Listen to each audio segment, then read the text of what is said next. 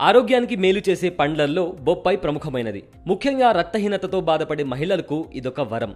శరీరానికి అవసరమైన పోషకాలు బొప్పాయి ద్వారా పొందవచ్చు. అయితే బొప్పాయి తిన్న తర్వాత మాత్రం జాగ్రత్తగా ఉండాలని, ఏది పడితే అది తింటే ఆరోగ్యం ప్రమాదంలో పడినట్లే అని నిపుణులు చెబుతున్నారు.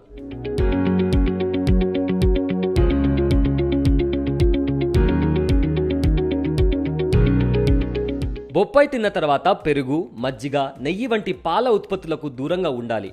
బొప్పాయిలో పపైన్ అనే ఎంజైమ్ ప్రోటీన్లను గ్రహించడంలో కీలకంగా పనిచేస్తుంది. ఫలితంగా జీర్ణ వ్యవస్థపై చెడు ప్రభావం పడి గ్యాస్, మలబద్ధకం, కడుపువాపు వంటి సమస్యలు ఎదురవుతాయి.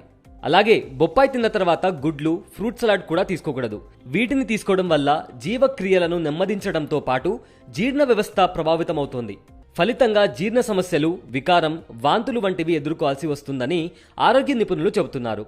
ఇక బొప్పాయిని అధికంగా తీసుకోవడం వల్ల కూడా ఆరోగ్యంపై చెడు ప్రభావం పడుతోంది. బొప్పాయిలోని అధిక పపైన్, బీటా కెరోటిన్ కారణంగా కామర్ల వ్యాధి వచ్చే ప్రమాదం ఉందట. ఇక కిడ్నీలో రాళ్లు, బీపీ, స్కిన్ అలర్జీలు పెరుగుతాయని నిపుణులు అంటున్నారు.